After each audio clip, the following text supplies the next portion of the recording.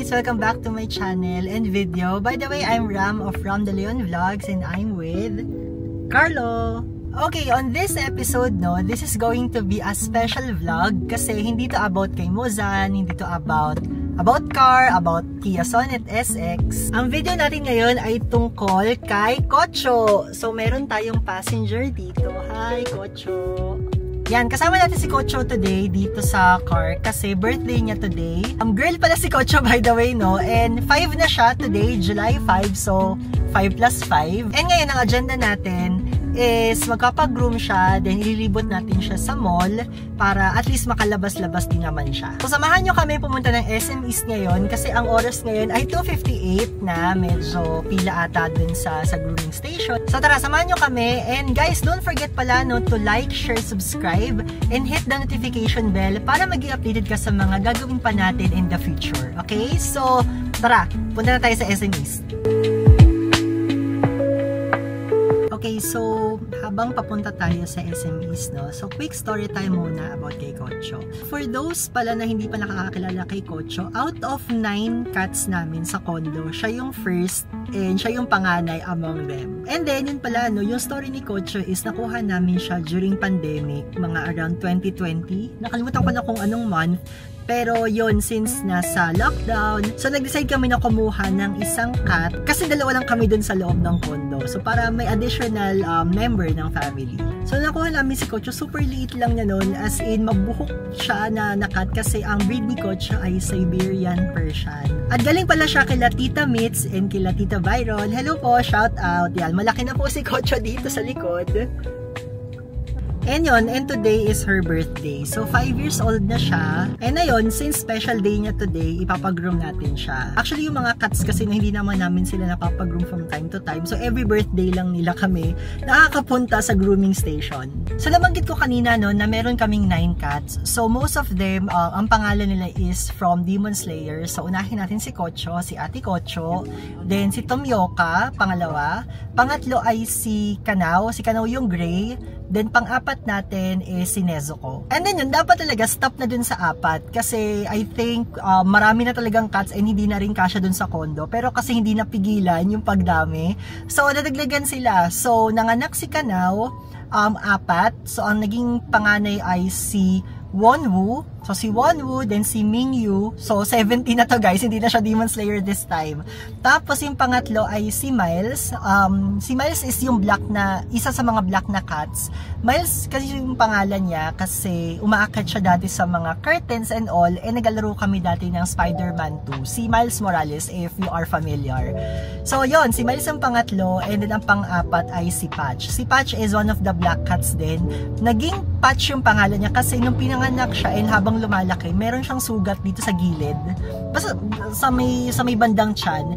And yun yung palatandaan namin na siya si Patch kasi meron siyang white patch kaming nilalagay. So, Patch din naging pangalan niya. Ayun, so 8 na sila that time. And then, si Nezuko kasi nanganak. Isa lang yung natira dun sa litter niya. So, sinave na namin, which is si Mitsuri. It's either Mitsuri or Jumbo yung pangalan niya. Kasi nung bata siya, sobrang taba niya talaga, sobrang laki. So, Jumbo yung pangalan niya ng bata. Tapos, nung lumalaki na, nilagyan na namin siya ng pangalan na Mitsuri. So, yun yung quick kwento sa 9 cats namin. And, ayun, sa mga darating na mga videos and vlogs natin, introduce namin sila isa-isa. And, i-insert namin sila dito sa video. So, yun lang guys. So, malapit na kami ngayon sa SM East. Then, tara, samahan nyo kami. I-document natin lahat ng mangyayari dun sa grooming station. And, kakain din tayo. And, tignan natin kung ano pa mga pwede natin gawin dito sa SM East. Okay? Bye-bye!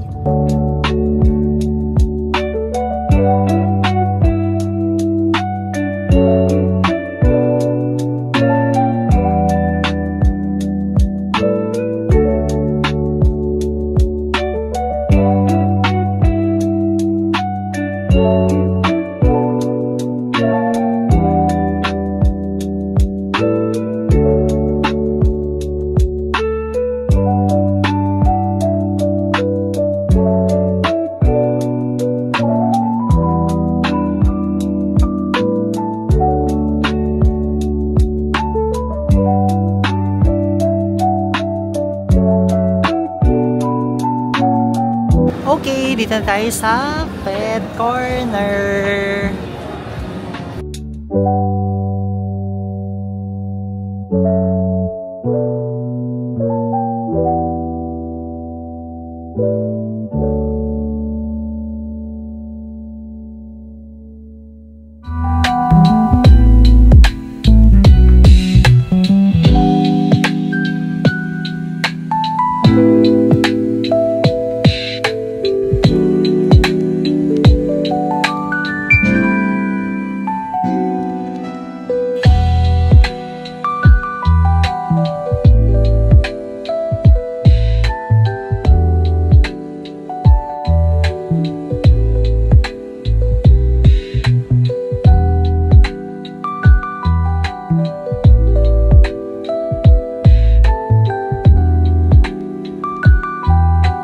So guys, iniwan na namin si Kocho dun sa grooming station. And ang sabi, since makapal yung buhok ni Kocho, siguro mga around 1 hour, 30 minutes to 2 hours. So, ang sabi naman sa amin, itetext lang daw kami para balikan si Kocho. So, let's see kung ano magiging itsura ni Kocho mamaya. So, for now, hanap muna tayo ng pwedeng kainan and pwedeng gawin dito sa SM East.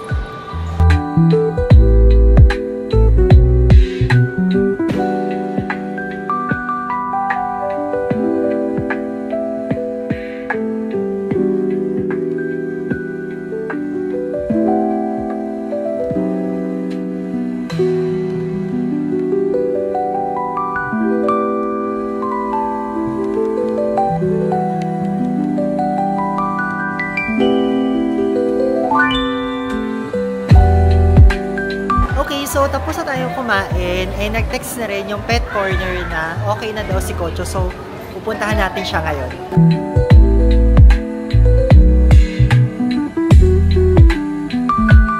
Ayan, since birthday ni Kocho today, bibili tayo ng mga treats.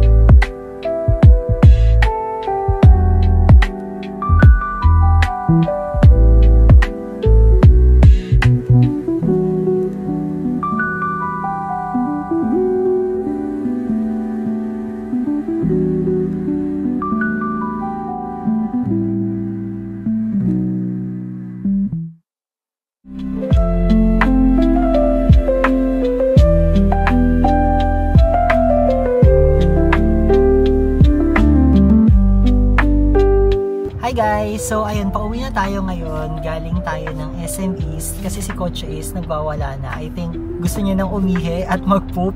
Kaya, yan. Wala kaming dalang diapers and all. So, yun. Uwi na tayo. Then, samahan nyo kami dun sa condo kasi meron pa tayo birthday celebration with other cats. Tapos, bumili rin kami ng cake kay Kocho.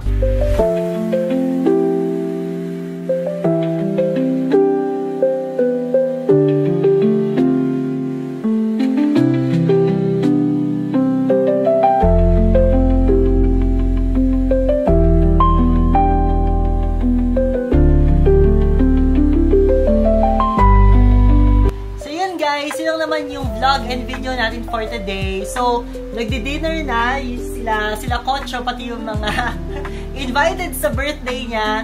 So, for more contents, don't forget to like, share, subscribe, and hit the notification bell para mag-i-updated ka pa rin sa mga happenings and ganaps natin. Okay? So, again, this is Ram of Ram De Leon Vlogs together with Carlo, Kocho, Mioka, Kanao, Nezuko, and the rest of the gang.